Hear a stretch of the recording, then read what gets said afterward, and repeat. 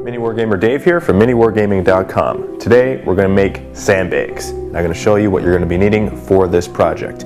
And by the way, this is an exclusive video specifically for you guys. Okay, let's get to it.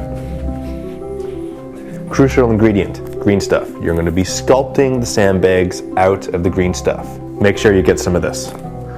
Very affordable. You're going to need a base. This is a masonite base. I've done the liberty of cutting it out already. The sandbags are going to go on top of this. And on top of this, you're going to need a little bit of polystyrene, okay, or styrofoam, insulation foam board. I'm going to be cutting this up and laying it on there just to give it a little bit more texture and leveling, undulating ground for the sandbags to go on top of. You're going to need a little bit of mesh. I got this mesh from this lovely device. As you can see, I cut it right out of there. This lovely device is used in cooking. I'm sure you know what it's for.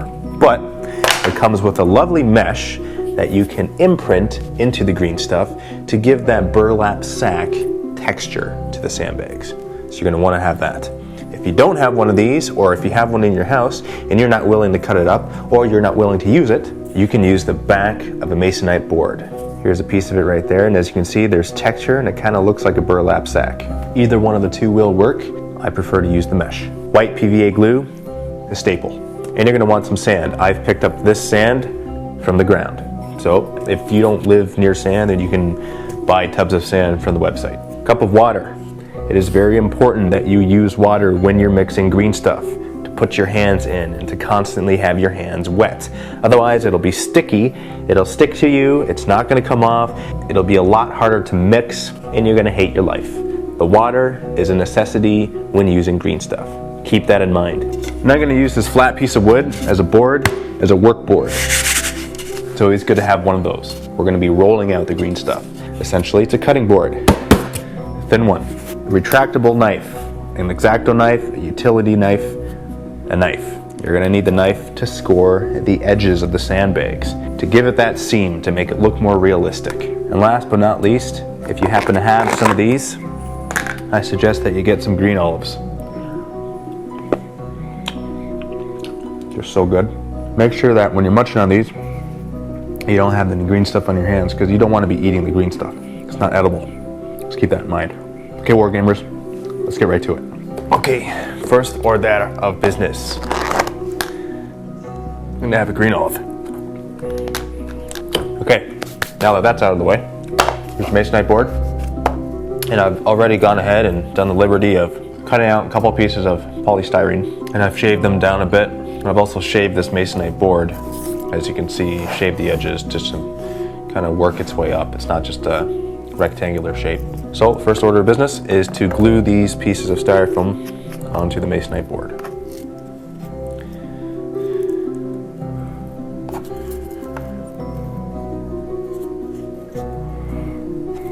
And we cap our glue. Now we're going to set this aside to dry. Here I have my cup of water. That's very important. And we have our green stuff. Basically, all you want to do is mix up these two bars equally. You don't have to mix the whole thing either. You'll notice that it smells a little bit like Dorito chips, kind of making me hungry for chips. Another thing to keep in mind is when you're working with this stuff, always keep your hands moist with water. So I got this cup of water right here. Just makes it a heck of a lot easier. So grab a good amount of your yellow, good amount of your blue. Try to make it as equal as possible. Put these away. Just mix it all up. You can already see that it's starting to turn green. It's getting a little bit sticky on my fingers here. So I'm just gonna dip them in water again. Makes my life a little bit easier. Okay, look at that. Mixing it well. Now make sure that when you're mixing the green stuff, that you don't see any strands of yellow or blue. It's all evenly mixed, and all you see is your green. So that's all green. Here's your next step. Put a little bit of water on your board. Put a little bit of water on your hands. And start to roll it out. Just like you would dough. Now with your utility knife, cut out a little piece. Okay, cut them into little sections.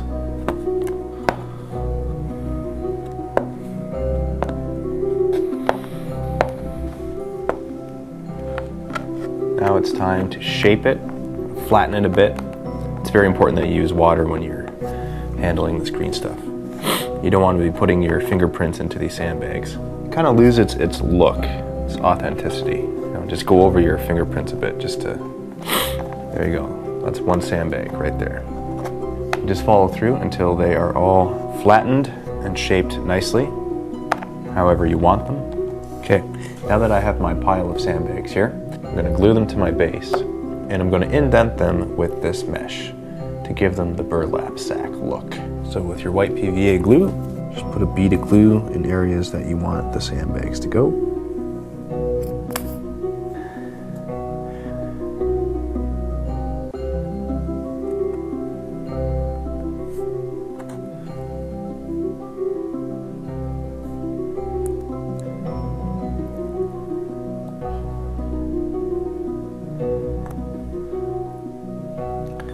Green stuff will stick to itself. So if you put green stuff on top of green stuff, it'll dry together and it'll be nice and hard. Just put it right over top, just to add a little variety. You can change them, shift them. Before I put on the next layer of sandbags, I'm just going to indent them with this mesh. Okay, and now goes on the next layer of green stuff. You can add your bead of glue again.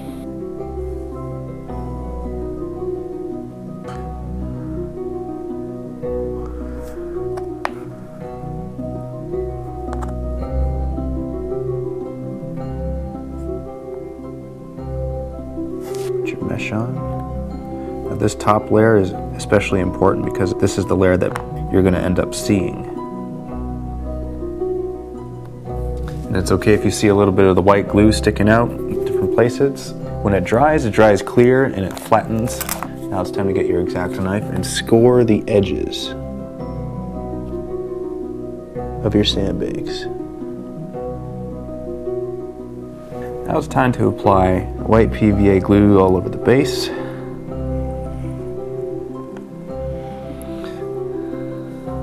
And just start spreading that around. Do not cover the sandbags, it's not necessary. But every part leading right up to the sandbags is fair game. Now grab your sand, start to sprinkle it over top of your base.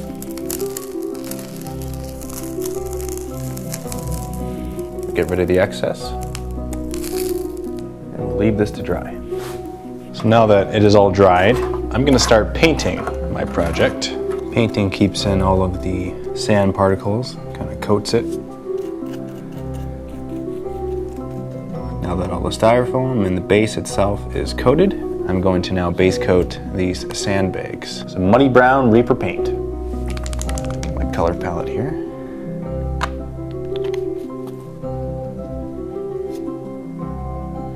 Goal here is to cover up all of the green from the green stuff, yet not going too thick because you'll cover the indentations that you created with your wire mesh. And okay, once that is all dry, we can go over some of the base here because that one color is a little bit boring. So let's get some of our Reaper aged bone. Dry brush some of that on.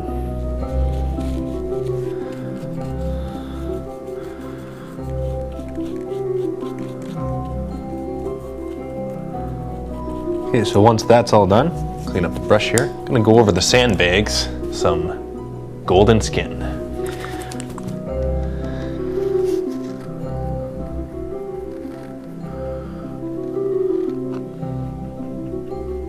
I'm also gonna add some aged bone to the sandbags. Just to make them stick out a little bit more. And just for fun, a little bit of linen white to bring out the whiteness in our smile. Yeah, that's right. This is going to be really just very, very little. But it does, like I said, bring out the whiteness in our teeth here. Oh, it's so much better. Looks so awesome. They look like worn bags. So cool. There you have it. Let's bring this in for a nice close-up. So there you have it, sandbags. Got a nice base of sandbags here that you can use on the battlefield. Try it, it's fun. Happy wargaming.